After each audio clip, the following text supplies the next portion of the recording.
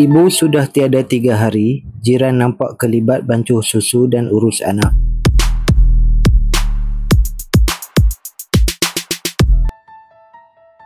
Baru-baru ini, kisah mengenai seorang remaja Thailand bernama Nong Koya telah kembali tular di media sosial setelah ia dikongsikan semula oleh pengguna TikTok bernama Wan Yoshiki. Pada tahun 2012, Koya yang baru ketika itu berusia 3 tahun telah berdepan pemergian ibu tercinta yang berlaku dalam rumah mereka sendiri. Menurut laporan yang pernah diterbitkan Akhbar Thailand, Ibu Koya telah menghembuskan nafas terakhir dipercayai akibat mengalami sawan dan masalah jantung. Di usia kecil-kecil begitu, sudah semestinya Koya masih tidak mengerti apa yang terjadi, apalagi hendak mendapatkan bantuan awal. Selama 3 hari, Koya masih tinggal dengan tubuh ibunya seperti tiada apa-apa yang berlaku. Akhirnya, ketiadaan Koya mula disedari oleh pihak majikan yang segera memaklumkan hal itu kepada waris. Alangkah hibah rasa hati, pihak keluarga yang datang sendiri ke sana untuk memeriksa telah menjumpai tubuh mendiang yang sudah mula membengkak di tingkat atas rumah terbabit. Namun apa yang menghairankan, kanak-kanak itu terlihat sangat terurus seperti tiada tanda-tanda terabai. Berdasarkan pengakuan Koya, ibunya masih menjaganya dengan baik sepanjang 3 hari tersebut, membancuhkan susu dan membuat kerja rumah. Malahan, mendiang ibunya lah yang tolong membukakan pintu ketika pihak keluarga datang ke sana pada hari penemuan. Pendedahan Koya dikuatkan lagi dengan keterangan daripada pihak jiran. Mereka juga nampak dengan jelas kelibat mendiang yang masih berada di rumah itu sepanjang 3 hari, seolah-olah dia masih hidup. Cerita adik Koya.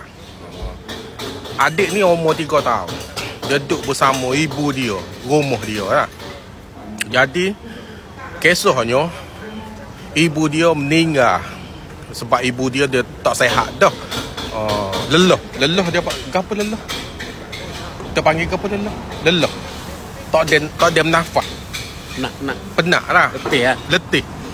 Jadi ibu dia meninggal selama 3 hari. Jadi adik Koya ni duduk dengan ibu dia dah meninggal selama 3 hari.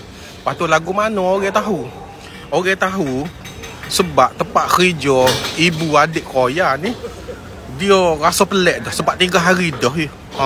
PUM ni tak pergi kerja. Jadi majikan dia ko tak ada siapa jawab. Jadi majikan dia ambil pilihan ko kepada waris. Jadi dia royak cerita kata PUM ni tak mari kerja 3 hari dah. Jadi waris dia tu pergi rumah. Di rumah tu nampak adik Koya buka pintu. Dia buka pintu, budak 3 tahun. Lepas tu waris dia tanya adik tu, "Mana ibu?"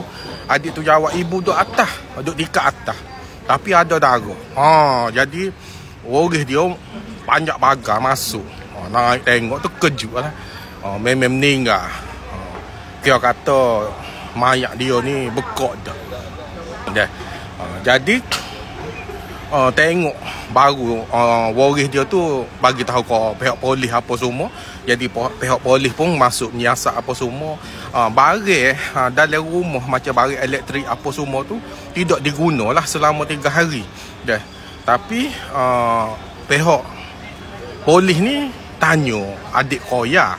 Sebab adik Koya ni nampak macam masih normal.